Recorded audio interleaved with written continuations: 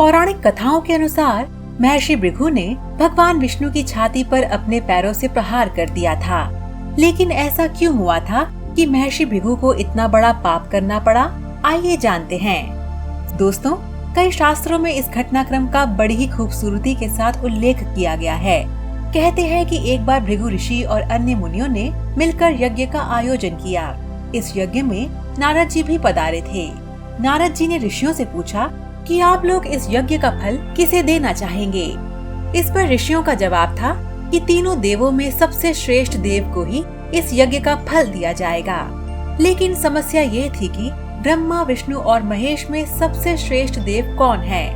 इसका निर्धारण कैसे किया जाए? इस सवाल का जवाब कोई नहीं दे पाया।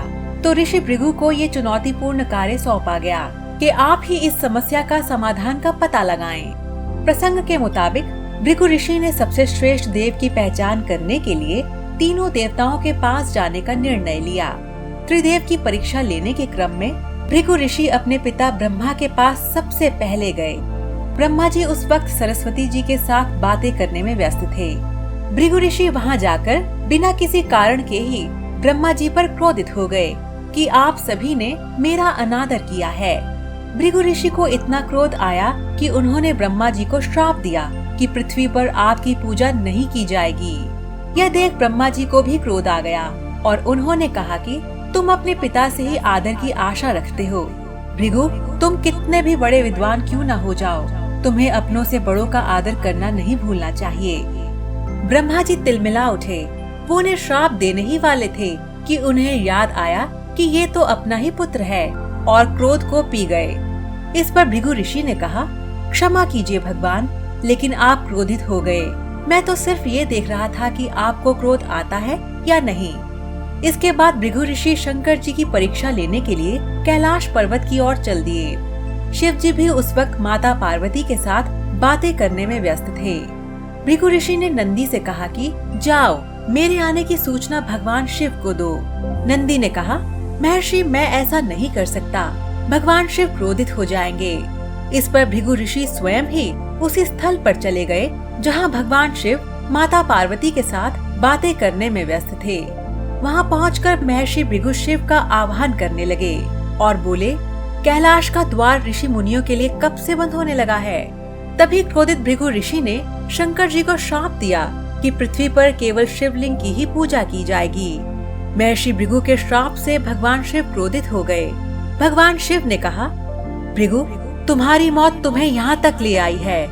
आज तुम्हारी मौत निश्चित है। मैं अभी तुम्हें भस्म कर देता हूँ। तभी वहाँ माता पार्वती आ गयी और भगवान शिव से भृगु ऋषि की प्राणों की रक्षा के लिए प्रार्थना करने लगी।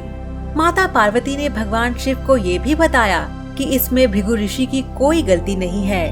वो तो बस पृथ्वी के सभी ऋषि मुनियों का मार्गदर्शन करना चाहते हैं। ये सब जानकर भगवान शिव का क्रोध शांत हो गया और फिर उन्होंने भृगु ऋषि को बताया कि क्रोध तो मेरा स्थायी भाव है। इसके बाद भृगु ऋषि भगवान विष्णु की परीक्षा लेने के लिए उनके धाम बैकुंठ पहुँचे, जहाँ विष्णु जी शेष शैया पे थे और लक्ष्मी देवी उनके पैर दबा रही थी।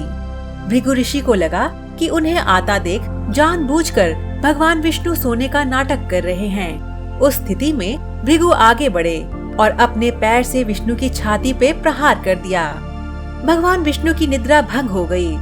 भगवान श्री हरि विष्णु ने उठते ही महर्षि भृगु के पैर पकड़ लिए और ये कहकर सहलाने लगे, ऋषि भृगु जी, आपके पैर मुलायम है, जबकि मेरा शरीर कठोर। कहीं तुम्हें चोट तो नहीं लग गई? यह सुनकर ऋषि भृगु लज्जित हो गए और बोले, वह जो चाहते थे आप में पाया। आप ही यज्ञ के पूजनीय होंगे। इसके बाद महर्षि भृगु ने भगवान श्री हरि विष्णु को त्रिदेव में श्रेष्ठ सत्वगुणी घोषित कर दिया। दोस्तों, उम्मीद करती हूँ आपको महर्षि भृगु की यह प्रेरणादायक कथा पसंद आई होगी। ऐसे ही एक और रोचक और अनेक तथ्यों से जुड़ा वीडियो लेकर हम जल्द फिर हाजिर होंगे।